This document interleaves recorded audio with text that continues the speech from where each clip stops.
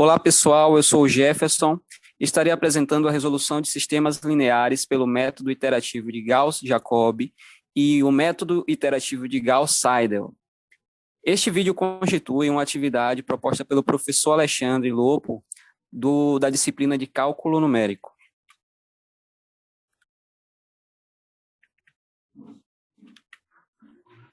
O método iterativo de Gauss-Jacobi, a gente vai ver que ele transforma um sistema linear do tipo AX igual a B em X igual a CX mais G. Então, partindo-se de um sistema, vamos ter um sistema aqui, nesse formato, tá?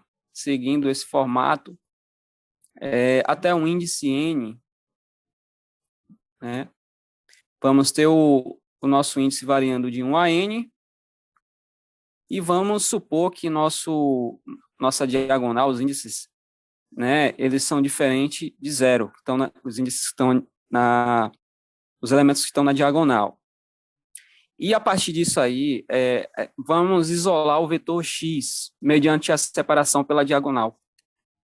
Dessa forma, vamos ter esse formato aqui. Vamos ter o nosso x1 isolado no primeiro sistema, no segundo x2 isolado, no terceiro x3, quarto x4, assim por diante, né? De acordo com o nosso sistema que estamos ali fazendo, aplicando esse método aqui.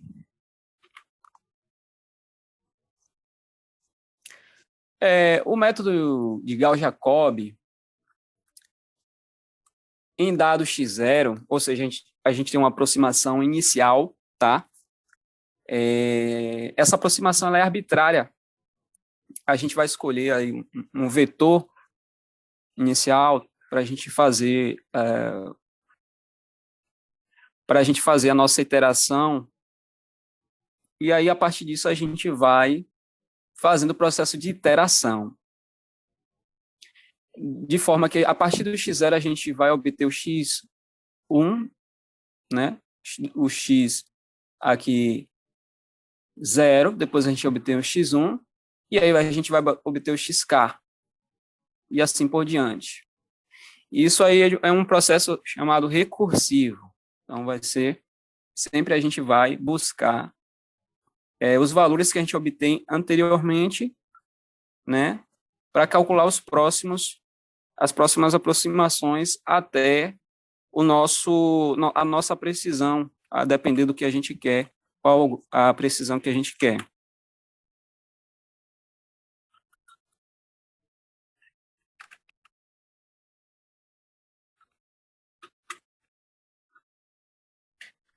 A título de exemplo, vamos resolver este aqui para a gente treinar um pouquinho essa ideia.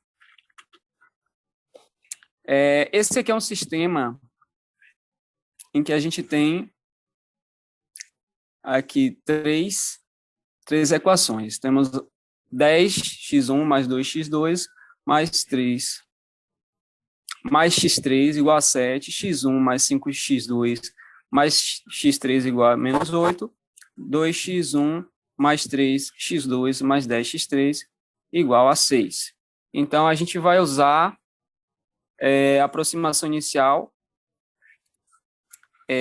Vamos utilizar esse vetor aqui, ó, nosso x0, né, x do passo 0, 0,7 menos 1,6, 0,6. E o nosso erro, ele vai estar em 0,05. Então, tem que estar menor que isso, o valor que a gente achar, né, com relação ao erro. Então, para resolução, a gente já sabe que a gente tem que isolar o x1 na primeira equação, o x2 na segunda equação, o x3 na terceira equação. E aí a gente, ao isolar, a gente vai ficar nesse formato em que a gente tem aqui, ó, o valor que está dividindo todos os elementos que estão aqui nessa primeira equação, e na segunda equação também temos o valor que está dividindo, e nessa aqui também temos o valor que vai estar dividindo. Nesse caso aqui, 10, na primeira equação, na segunda equação 5, e na terceira equação 10. Continuando, a gente vai substituir os valores lá do nosso vetor. Vamos substituir aqui, no caso, x2, substituímos aqui, menos 1,6, x3, substituímos lá também em 0,6. Na segunda equação também fazemos as substituições, né, de x1 e x3, e na terceira equação substituímos x1 e x2. E assim a gente faz os cálculos, né, fazemos essas operações aí, e vamos obter no x1 0,96, né, no x2 menos 1,86, no x3 0,94. Então a gente já tem o nosso novo vetor que calculamos, tá? Mas a gente precisa ver se essa aí vai ser a solução com a melhor aproximação, se vai estar de acordo com o erro. Então vamos calcular aí fazendo o nosso teste. Vamos verificar se realmente atende ao que a gente precisa. A gente calcula fazendo aqui a diferença do x1 que a gente calculou a partir do nosso x0. Então, a gente faz a diferença do x1 do passo 1 menos o x1 do passo 0. Então, fazendo essa diferença aqui, no caso do x2 também, no x3 também, né? Vamos obter esses valores aqui, 0,26, 0,26, 0,34. Então, vamos aqui substituir na nossa equação, né, para determinar se a nossa aproximação ela está maior ou menor. Nesse caso, está maior, né, do que o nosso erro, então a gente precisa continuar fazendo a iteração. Então, a gente vai testar para k igual a 1.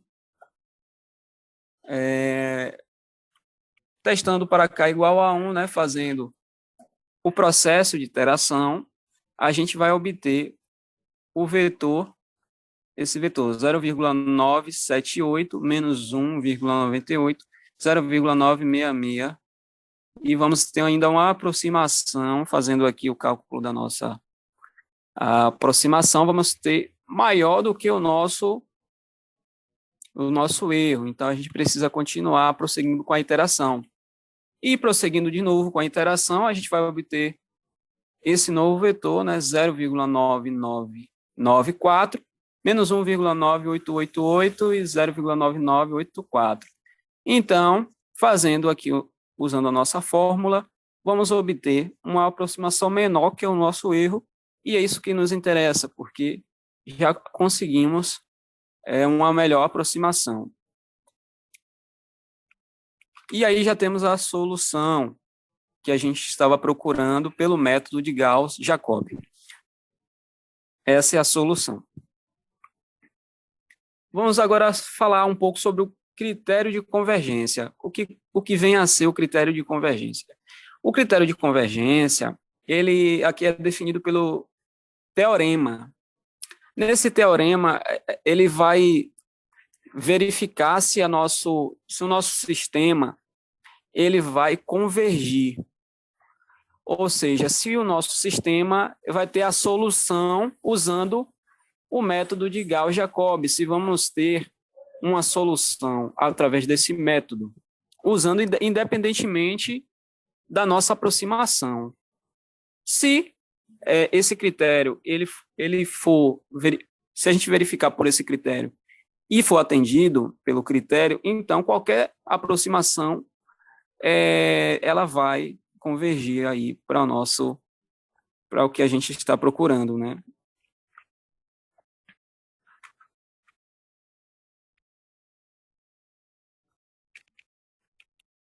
Nesse critério aqui, a gente tem que o alfa, ele tem que ser o máximo, o valor máximo, tá?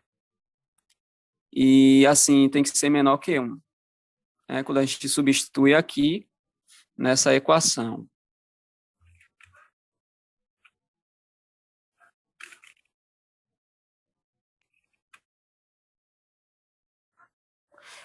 A título de exemplo, né, vamos ver se essa matriz aí ela vai atender ao critério de convergência. Temos essa matriz aí de ordem 3. Vamos analisar aqui. Aqui já está a aplicação da nossa fórmula. Aqui temos, da primeira linha, a gente tem 2 mais 1, tá vendo? Somou 2 mais 1. E o valor maior, que é o 10, né? Estamos dividindo aqui, ó, por 10. Então, vai ficar 3 sobre 10 igual a 0,3, que é menor do que 1, tá? Então já tá ok essa parte aqui. Vamos para o nosso alfa 2, né? Na linha 2, o maior valor é o 5, aí que é realmente o que a gente se interessa, né? Deve ser maior, né? O 5 tem que ser maior. Então, somando os dois números que estão aqui, né? 1 mais 1, vamos dividir aqui por 5, vamos ficar com 0,4, que é menor do que 1. E para calcular o nosso alfa 3, somamos ali, ó, na linha 3, 2 mais 3, dividindo, e vamos dividir por 10. Vamos achar 0,5, que é menor que 1. Então, todos esses alfas aí, que a gente calculou, são menores que 1. Então, o nosso sistema, ele atende ao critério de convergência. Então, independentemente aí da nossa aproximação, esse sistema ele vai atender ao método de Gauss-Jacobi. Agora vamos falar sobre o método iterativo de Gauss-Seidel. Analogamente ao método de Gauss-Jacobi, o sistema, esse tipo de sistema, né, que ele tem essa estrutura AX igual a B, vamos escrever da forma x igual a cx mais g, e pela separação diagonal. E o processo é o seguinte, a gente vai ter o nosso x0, a aproximação inicial, e a partir da nossa aproximação inicial, imediatamente, a gente vai substituindo nos valores que a gente vai, à medida que a gente vai calculando, a gente já vai substituindo os valores que a gente vai encontrando. Então, aí a gente vai ter a aproximação para x0, aí a gente já calcula x1, aí a gente vai calculando x2, x3, e aí temos aí, aí a gente está vendo, né, um exemplo, né? Como é que acontece? Temos aqui o x1 de k mais 1, vamos tá isolado aqui, né? Então, temos aqui o k, tá? Aproximação inicial, e aí, já com a aproximação inicial lá, ó, a gente já tem o valor do anterior. A gente já vai ter o valor com a aproximação inicial. Então, a gente já vai ter o x1 aqui de k. Então, aí a gente vai poder substituir aqui ao k mais 1, que a gente já calculou o x1 do passo anterior. Então, aí a gente vai substituindo à medida que a gente vai calculando. Aí aqui a gente já tem o x2. Então, a gente já consegue substituir x2 aqui, ó, do passo anterior, k mais 1 aqui. E do x1 a gente já tem k mais 1. E aqui a gente calculou x3 ainda, né? Então, é k, né? E assim vai sucessivamente, né? Vamos fazendo assim pelo método de Gauss-Seidel. Um exemplo, resolva o sistema linear.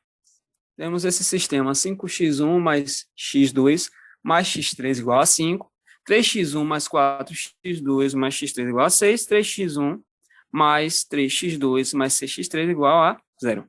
Então, pelo método de Gauss-Seidel, vamos usar uma aproximação arbitrariamente, vamos usar a aproximação de x0 igual a 0,00 e o nosso erro de 0,05.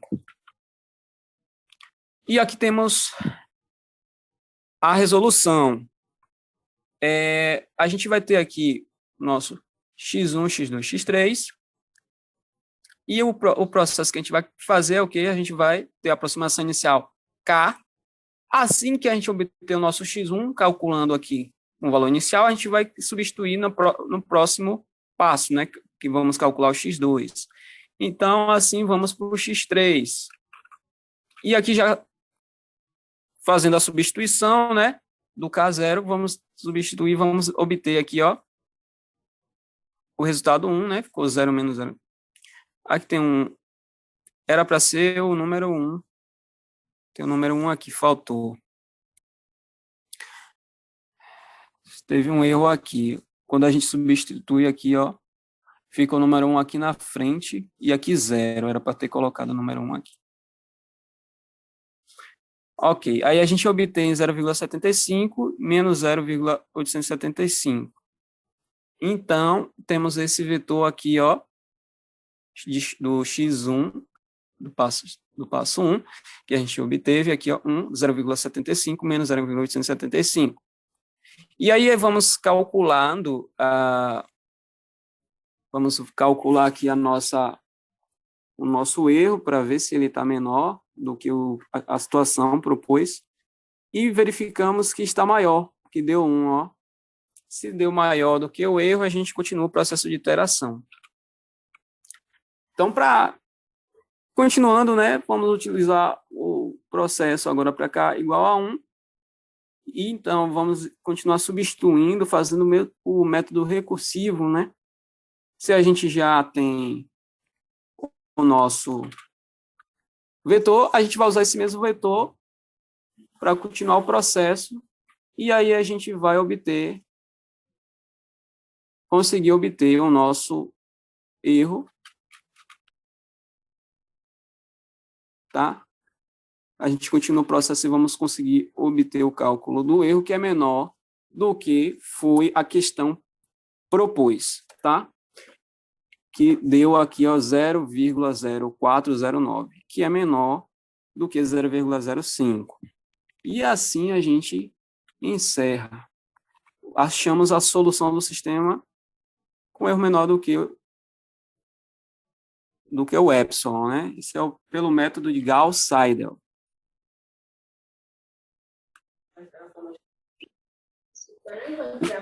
Nesse vídeo, agora eu vou mostrar como utilizar o Scilab para a gente verificar os métodos de Gauss-Jacobi e de Gauss-Seidel. Primeiramente, a gente acessa o Scilab e vamos selecionar a categoria aqui. Vamos selecionar de matemática e estatística. A subcategoria análise numérica. O livro, vou selecionar método numérico. O capítulo, vou selecionar